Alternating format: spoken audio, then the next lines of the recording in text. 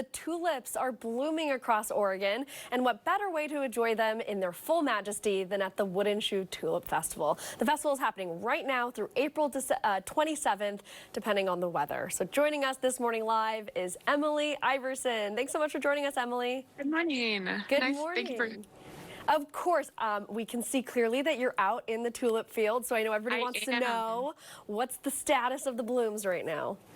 It is amazing out here. I would say that the field I'm in is our middle field. We have about 80% in bloom in this field, and then in our upper field is most of our late varieties. Those will be blooming in the next few weeks, so we'll have amazing color until about April 27th when our festival ends. Awesome. So it sounds like pretty much like now through the end of the festival is really a great time to visit. Absolutely. We highly recommend you come out here and enjoy the beauty of the flowers. So tell me, I know obviously there's a lot more there than just, walking through the tulips. So what can people experience when they visit the farm? Yeah, so on the other side, I have we have lots of kids activities, food, our gift shop, wine tasting room, a coffee shop, but also this weekend is our Alzheimer's Association weekend. So we raise awareness for Alzheimer's, which you are aware of. Yeah, of course. Yeah, I'll be there on Saturday. Yeah, why don't you tell us a little bit about how that's going to work this weekend and why you guys are fundraising for the Alzheimer's Association? Absolutely. So my grandmother lost her life to Alzheimer's back in 2014, and so since then we've been partnering with the Alzheimer's Association just to raise awareness.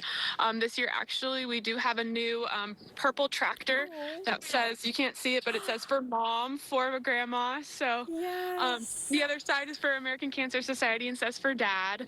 So that's a new one this year that'll be out this weekend. But for us, it's just close to home to be a young kid and watch my grandma go through that. I think it's one of those that all of us family members want to continue to help raise awareness and donate to find a cure for Alzheimer's, which from what we've heard, there's a lot of good things happening there, so it's really exciting to hear that. Yeah, it's the era of treatment. Yeah, I'll just say again, I'll be there on Saturday manning the booth, so please, everybody come by if you can donate. But I also want to talk about how long this festival has been going on for. I mean, this is such a huge part of your family. Why did this festival get started?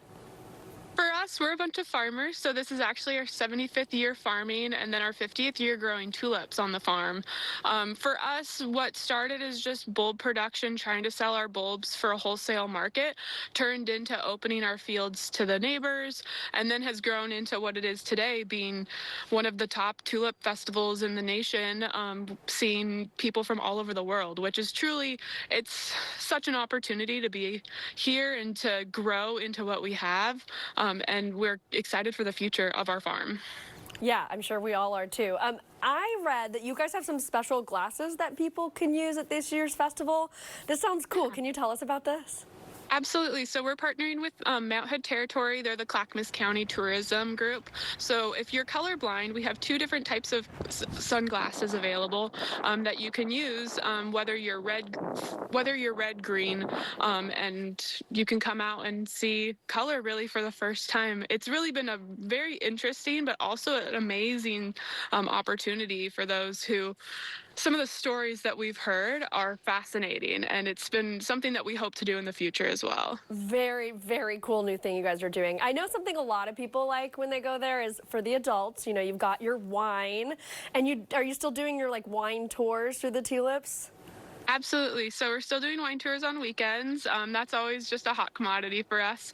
It's a 1-hour guided tour. You get a full tasting and snack box with some local producers, cheese and hazelnuts and such.